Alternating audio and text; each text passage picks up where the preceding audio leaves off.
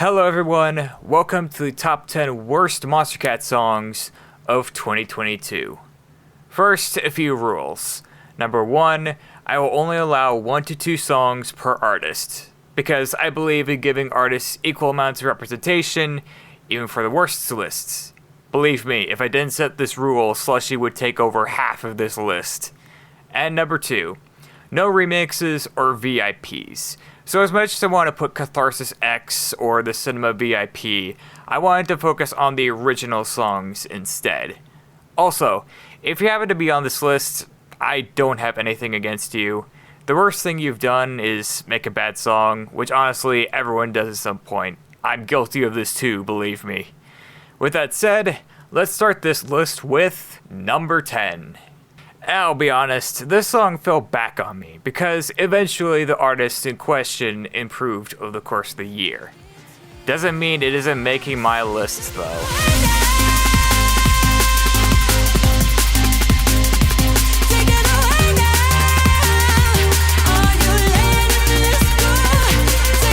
When the year started, I was not impressed by Coven singles. The butterfly effect spam probably started my disinterest for Coven in the past year, and unfortunately, it continued in 2022. I mentioned Catharsis X already and how it took a perfectly fine tune and made a one-note standard drum and bass track. But this is the moment where, at the time, I was pretty much done with Coven. Sure, Katie's vocals sound great on this track, but imagine if the production wasn't a tonal mess. My problem with the production is the synth stab and the percussion. On the one hand, the synth stab has some punch to it, but then you get some of the weakest drum and bass percussion this year. It's like it's trying to be relaxing, like Give You Up, but the synths and Katie's vocals don't mesh well at all. And while I'm thankful that Coven eventually won me over, in the end, this song's still a big loss for them. Take that away, if you will. Number 9. Hey, remember back in February when I gave this song a 6 out of 10? Didn't age too well, did it?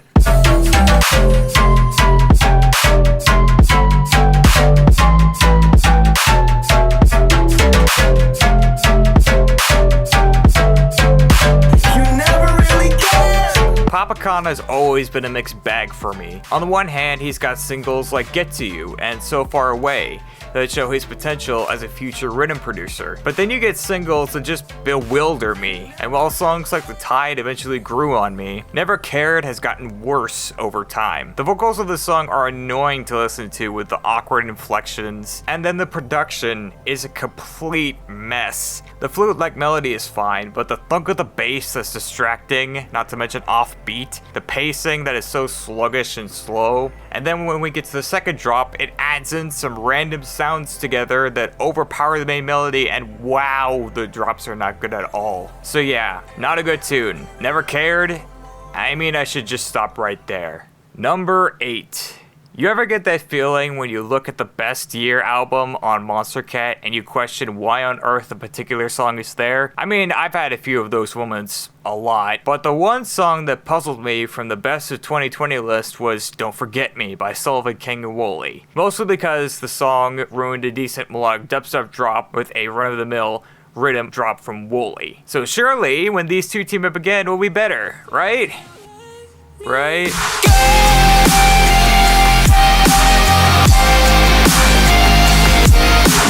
I was dreading this collab from the moment I heard it. I'm normally fine with Sullivan King singles, and I have a lot of respect for the dude, but Wooli has been nothing but mediocre at best, often relying on other producers for his best songs, which he probably ruins about 85% of the time with his beyond generic rhythm drops. Wooli is honestly better with his melodic dubstep approach, and only if he sticks to that. Of course, with Let Me Go, that doesn't happen. Sullivan King's vocals are good here, don't get me wrong, but the production and mixing are baffling. The first drop sounds hollow and completely lacking in punch, not to mention the snare is buried in the mix. And the second drop? Whew.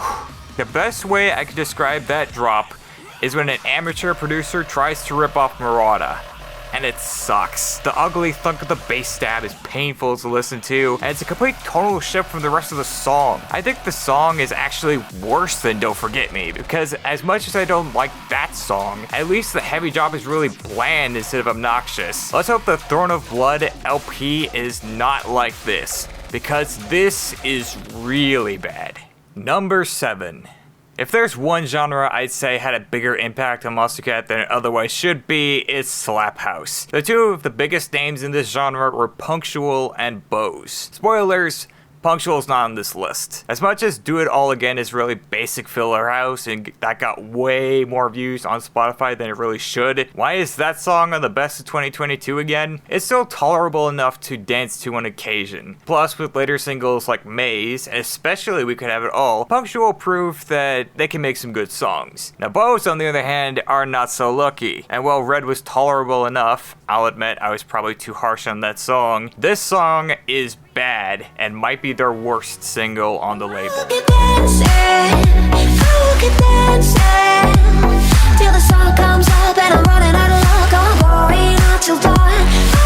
Where do I even begin? First, let's just say Bossc has rarely ever impressed me on their own outside of outer space, often getting overshadowed by other artists like Adventure Club and Zed on collaborations, and has a general lack of identity. So when I first heard that this was a Slap House tune that's barely 3 minutes long, and it sounds like it comes from the worst side of spinning records, that's not a good thing. But that's not the only problem. No, the other is Heelan, who sounds like a lower pitched tones than I with the forced inflections of words, and the worst part, there's no break from her. Combine it with beyond forgettable Slap House production, and you have the worst song Bossc has put out on Monstercat. Yes, even worse than Half a Heart. Now if you'll excuse me, I'll be walking off the dance floor. Number 6.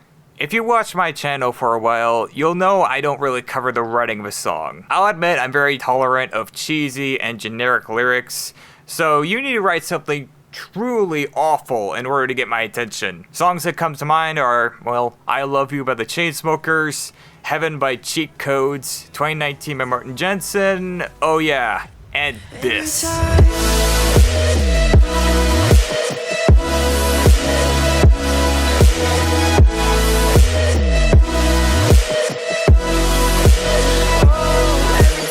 You know, I actually didn't hate Yetep's debut first place. Sure, the vocal chops were a bit much, but they didn't actively get on my nerves. Plus, I actually found the rest of the song to be pretty good. But then Yetep decided to release this, a song that's as cheesy as you can get. You have the most cringe-inducing lyrics, like, if you were a daisy in my garden, I pick you every time.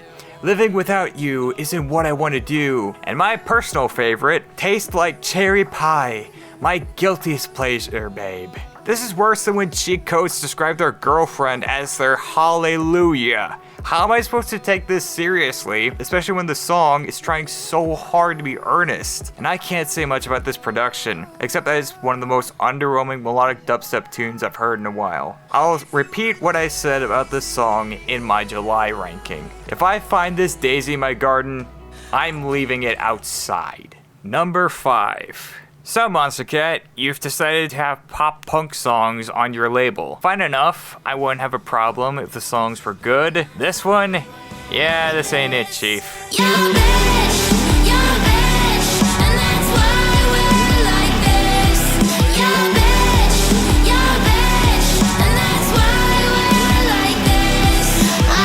I was way too forgiving with Gigi McGree's Ditch It Tommy EP on my May ranking. The only single on that album that was even close to being good was Deja Rave. The rest fell into one or two camps. Either so average that I legitimately had to remind myself that it was even a thing, like My Wicked, or so shockingly annoying that it makes me never want to listen to it again. And that's where this song falls into. Gigi McGree is at her worst here, giving me PTSD flashbacks to the absolute worst of Youngblood, and Royal and the Serpent, good grief. If there's one thing I'm thankful for, it's the fact that Talk with Louie the Child is still a thing. Because this was a terrible first impression, and it's the moment that checks me out completely. She sounds like Bubbles from the Powerpuff Girls trying to sound emo, and your production is your overly basic pop tune, that sounds muddy and indistinguishable. Yeah, no, this is bad. If Gigi McGree is sticking around, can you not make more of this?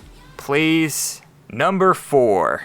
Let's talk about making something different. Usually, I'm completely open to an artist who usually sticks to 1 or 2 genres, who branches out and makes something people aren't used to hearing. A good example of this would be Stonebank in 2021. Both Placebo and Strength Unknown were deviations from what he normally did. But the reason why those songs worked was because of some good vocalists and some Europhonic drops that elevated these songs. If you want a bad example of doing something different, well, just ask the Pegboard nerds. They seem to find a way.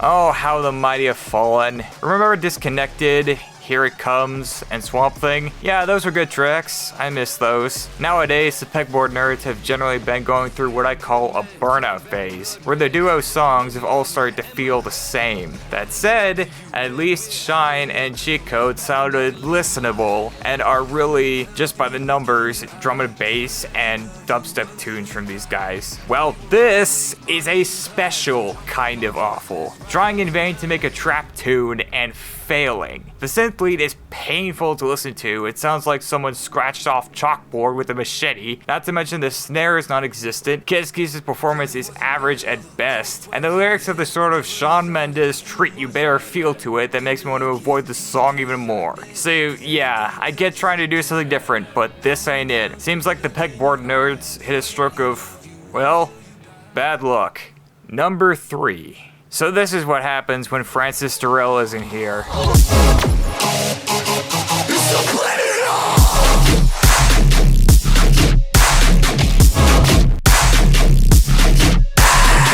Can I just use a clip of my June ranking and just leave? You know what, I just might do that because I think I summed up my problems with that song on that ranking. Here you go. I'm not even a fan of either Hades or Krymok, but I did not expect this song to be this bad. The first drop sounds awful. It sounds like something Bear Grylls and Riot 10 would come up with. And this is where the vocals could save the song, but nope. The vocals aren't good either. Hades sounds super nasally in the worst way possible, and after my fellow screamo vocals don't compliment Hades at all. Combine this with a mediocre melodic dubstep drop that fits with nothing, and the fact that it's more than 5 minutes of this, and you have one of the worst songs on Monstercat I've heard all year. Yeah, that says enough. Let's just move on. Number 2. You knew he'd all show up eventually. It was only a matter of time about which song it was going to be.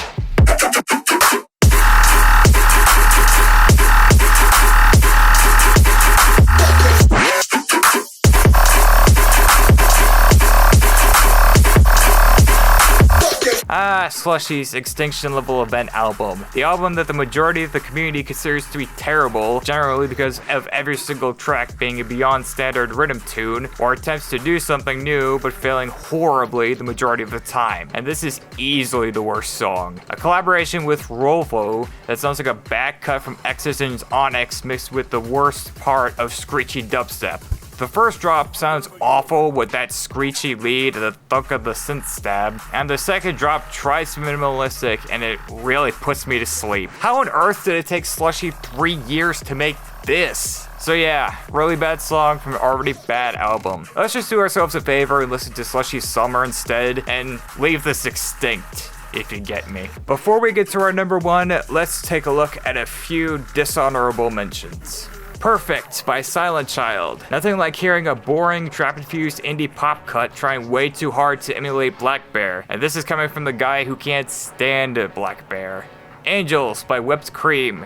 If the music video wasn't enough to drive you away, the ugly droning synth of the drop and the weak percussion certainly will. Nocturnal by Annex and Ellipsa. Man, this song is great. For sleeping to. Good luck trying to dance to this vocal-driven drum and bass track when the vocalist sounds bored out of her mind and the whole song is a 3-note loop with the same percussion. There's no reason to listen to this when Droids exists. Serious Times by Infected Mushroom featuring Hope 6. Look, I Am 25 was a good album, but this reggae cut that sounds like filler, Yeah, this ain't it. Royalty by Wales and Deandra Faye. A painfully disappointing song from Wales, who I might not like much, but at least he's done better than the one-note rhythm drop on this song. Power Stone by Crankdat. I don't like Ding Dong either, but at least I can make fun of it. This song is pretty much a rigid electro house tune with none of the ironic enjoyment of Ding Dong. Sicko by Godlands. If the short runtime wasn't bad enough, the song barely changes and the funk style bores me. There are much better funk songs you could be listening to. Already Dead by Gigi McGree. Ah yes, the moment where Gigi McGree tries to emulate Marshmallow Rock with even worse synths and vocals. As if Come and Go didn't have enough problems already. In Vain by Spaghetti and Viper Active. Didn't like it back then, and I still don't like it now. But I fell back because I can at least see the appeal to this song. Drift Away by Have and I'm Alright. Drop kills the song for me, which is unfortunate because the rest of the song's fine. Cinema by Odd Kid Out and Marley. I started laughing when I heard this was on Rocket League, because a boring trap song with an obnoxious plucky lead is what people want to hear when thinking about race cars in a soccer game. I mean, Bittersweet was right there. Why did you get that instead? Agonize by Fool and Extra Terra. I never liked Fool's mid-tempo, and this is yet another mid-tempo song that bored me. At least the midsection was good enough to keep it off this list. Mirror by Sabai and Diana Kara. Can we all agree to leave Where It All Began behind us? Seriously, we don't need Sabai's horrible vocal chops coming back. And finally, Sacred by Slushii. Do I even need to say anything? The only reason that this isn't on the list is because Invaders from Mars is worse than this. That and everyone in the community already ripped this to shreds, so I don't feel like doing it here. So with that said, let's move on to number 1. I'm guessing you thought Invaders from Mars would be my number 1. It's alright, so did I for a while, but there's one thing keeping that song from reaching here. As much as Invaders from Mars is grating and overly simplistic, the Slushii has always been hit or miss for me. Maybe it wasn't the miss I was expecting, but I didn't have super high expectations for the song or the album in general. This next song I did have expectations for, mostly because the artist in question was able to make a comeback last year and make a song that was on my best songs of 2021, only for him to churn out this at the beginning of the year. Cause here's the deal, you can have a bad song from a bad artist who I don't care or like for, but the absolute worst thing you can do is be an artist that I like and then squander that potential. And I can't think of anything more disappointing than the mediocrity of Feint.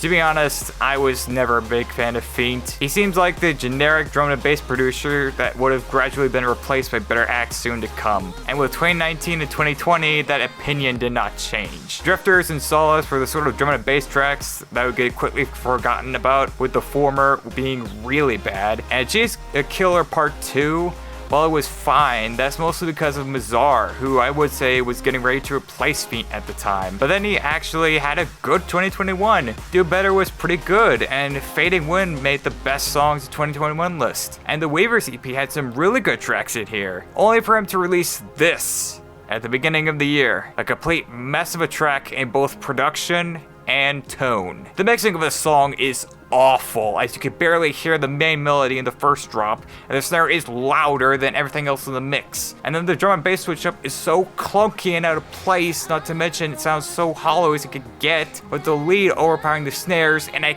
cannot stress how horrible the song is mixed. And for what? At least Skyel gets out somewhat unscathed, but it's not her best performance here. For all of these reasons, Lost and Found by Feint, Ricky, and Skyel is my number 1 worst song on Monstercat. And that's it.